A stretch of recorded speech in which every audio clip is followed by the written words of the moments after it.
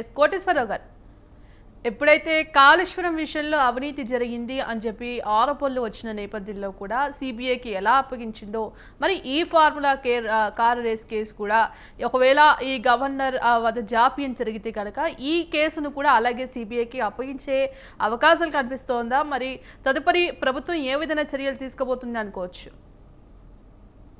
ఇప్పుడు గవర్నరు ఆమోదం తెలిపిన తర్వాత అది నోటిఫై చేస్తారు. నోటిఫై చేసిన తర్వాత దాని మీద ప్రభుత్వ యాక్షన్ ఏ విధంగా ఉంటుందనేటువంటిది చూడాల్సి.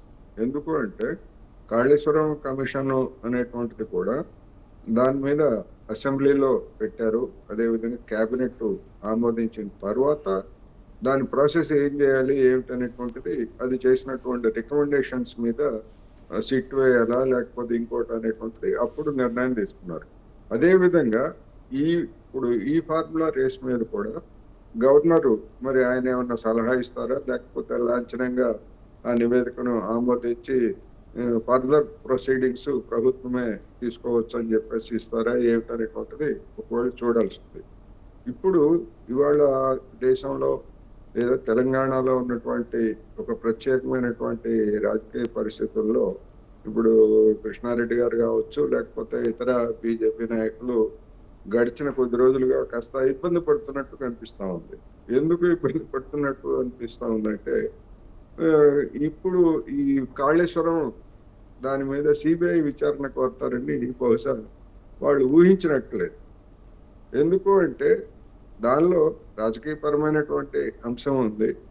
కాంగ్రెస్ తన చేతికి మట్టంటకుండా సిబిఐకి అప్పగించడం అనేటువంటిది ఒక మాస్టర్ స్ట్రోక్ ఒక విధంగా చెప్పాలంటే.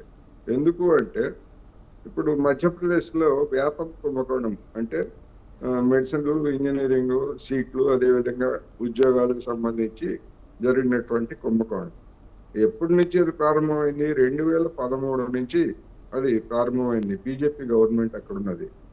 ఆ తర్వాత కేంద్రంలో కూడా బీజేపీ గవర్నమెంట్ వచ్చింది.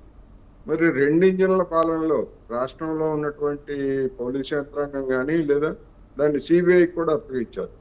ఇంతవరకు దాని మీద ఒక ఛార్జ్ షీట్ కానీ లేకపోతే ఒక స్పష్టత కానీ ఇంతవరకు రాలేదు. ఇప్పటికీ ఇంకా విచారణ పేరుతోటి సాగుతూనే ఉంది. 2013 నుంచి ఇది 2025.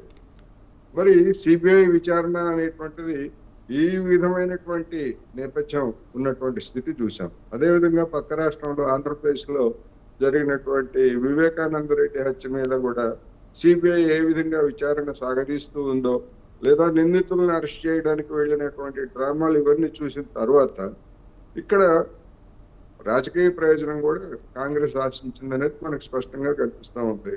ఒకవేళ నిజంగానే సిబిఐ తన మీద వచ్చినటువంటి ఆరోపణల్ని తిప్పికొట్టేందుకు ఈ కాళేశ్వరం కేసుని త్వరగా పరిష్కరించి నిందితులు ఎవరో కాదో తేల్చిందనుకోండి, అప్పుడు వచ్చే ఎన్నికల నాటికి కాంగ్రెస్ కి అది ఒక అస్త్రంగా మారుతుంది.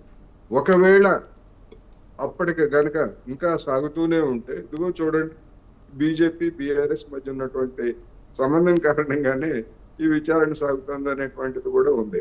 అందువల్ల ఈ కేసులో కూడా రెండోది, ఈ కేసులో ఒకసారి ఎఫ్ఐఆర్ నమోదు అయ్యేట్లయితే ఈడీ వెంటనే రంగంలోకి దిగేటువంటి అవకాశం కూడా ఉంది. ఎందుకంటే మనీ లాండరింగ్ అంశం కూడా ఇందులో ఉంది. అందుకని ఈడీ రంగంలోకి దిగేటువంటి అవకాశం కూడా ఉంది కనుక ఏం జరుగుతుంది ఏమిటనేటువంటిది మనం ముందుగానే ఊహించి చెప్పలేము. ఏమైనప్పటికీ ఏదో ఒక యాక్షన్ అయితే అనివార్యంగా అది సిబిఐ లేకపోతే ఇక్కడ ఉన్నటువంటి యంత్రాంగం చూస్తుందా, ఈ కేసు క్రిమినల్ కేసు నమోదు చేసిన తర్వాత అనివార్యంగా ఈడీ రంగంలోకి దిగుతుంది. ఎస్.